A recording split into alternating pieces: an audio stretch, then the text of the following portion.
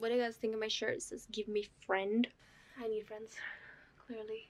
Oh hey guys, it's Erica. Oh, I never said my name on YouTube. That's weird. My name's Erica. Hi. Or Panda, or whatever you like to call me. So there are a lot of stories out there about fuckboys in Japan. Don't you just love that word? Fuckboys. When I came to Japan, I was in a relationship in Sweden, and then we decided to do long distance while I was doing only 6 months of school in Japan, and now I've been here for over 5 years. So as you can probably guess, that didn't work out very well. So I was single for a long time in Japan, and I went on a lot of dates with both people I met in real life and online, and I have some stories to share.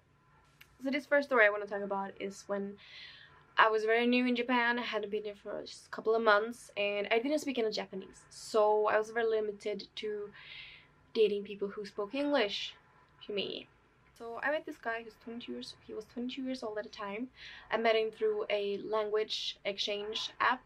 I think it was like Hello Talk or something. Even though they have very specific rules that you're not allowed to use this app for dating, I wasn't using it for dating. People were just hitting on me anyway. So this one guy that I met on a language app, we exchanged line, and after a while he asked if he could take me out to dinner. So we decided to meet up at around Hachiko in Shibuya, and one of the first things that he told me when we meet up is that he has to leave at 22. He has to take the train home 22 because he lives very far end of Tokyo, so it takes him like an hour and a half to get home, and he has part-time work in the morning that he needs to get to. And I said, that's fine. I mean, it's in 2-3 hours, so it'll be fine. I'm not gonna keep you any longer, right? So we go to izakaya. We arrive at izakaya, we get seated, and he's very quick to suggest that we do nomehore. If you don't know what nomehore is, it means that all you can drink alcohol menu within a limited time. It's usually 2.5 hours. Looking back, obviously I knew what his plan was, that is to get me drunk, but little did he know that I have a very high alcohol tolerance compared to him. So we're having dinner, we're drinking, we're having fun. We were just generally talking about differences in cultures and stuff. And then he started to asking me about like touching, how that works in Swedish culture. And I said, well, we hug and we can hold hands. Specifically wanted to know about holding hands. And now I can't speak for every single person in Sweden, but like holding hands with someone is not like the biggest deal in the world. I hold hands with a lot of my friends, both my female and my male friends, and it's never meant like it was never a big deal. It was never like something special. It was like, well, in Japan, if you see someone holding hands, they're a couple.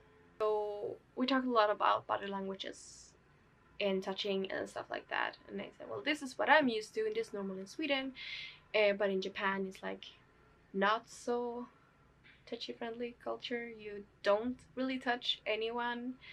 So the last thing he asked me at the izakaya before we left, because it's starting to be like 9:30 about, so I figured we need to go back to the station now because he needs to go. So the last thing he asked me at the izakaya was if I would be angry if he tried to hold my hand. And I thought, he's pretty cute. And no, I just explained to him that holding hands doesn't really mean so much to me.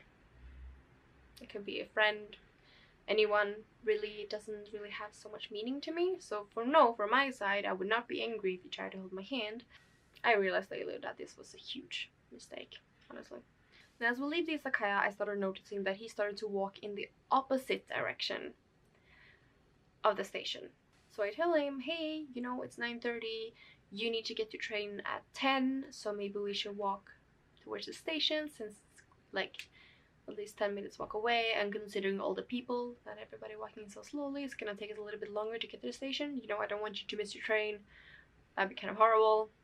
And to this he replied, no, I just wanna walk a little bit with you before I have to take the train. And I thought, okay, I mean, that's nice, that's sweet, fine. It was not fine. So we walked, and I quickly realized when looking around at all the neon signs, we were walking towards and in the Love Hotel district. So this dude, he stops in front of the entrance of the first hotel, and then he just looks at me. And I look back at him like, what are you expecting? Excuse me, what? And he makes a gesture towards the hotel, and I said, I ain't going in there. You know, it's okay. And then we keep walking. Then he stops in front of another hotel and kind of makes a gesture towards the hotel.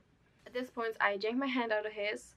I pushed him away from me, and I start screaming every curse word I could ever think of. And I start yelling at him that I have absolutely no interest in going in this hotel with him. What the hell was he thinking? Just because I let you hold my hand doesn't mean that I want to go and screw with you in this hotel. Like, what are you thinking? Holding hand does not equal consent. I never said or did anything that would indicate that I would like to have sex with you this evening. And you said you had to leave at 10. And just because someone is holding your hand doesn't mean that they want to sleep with you. So I yell at him, and then I just started marching towards the station. At the station, he tried speaking to me, and I just said goodbye and got on my train, and then I blocked him. Little did I know that this would happen to me with a lot more other boys in Japan.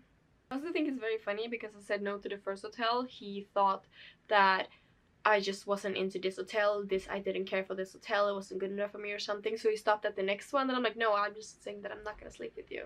I also liked in the beginning, when we first met up, he says, no, I absolutely have to take my train at 10, because I have work the next morning, blah blah blah, and then 9:30, he's walking me into Love Hotel District. So if you're gonna take away anything from this video, make sure you don't hold hands with people unless you're down to fuck them. Bye!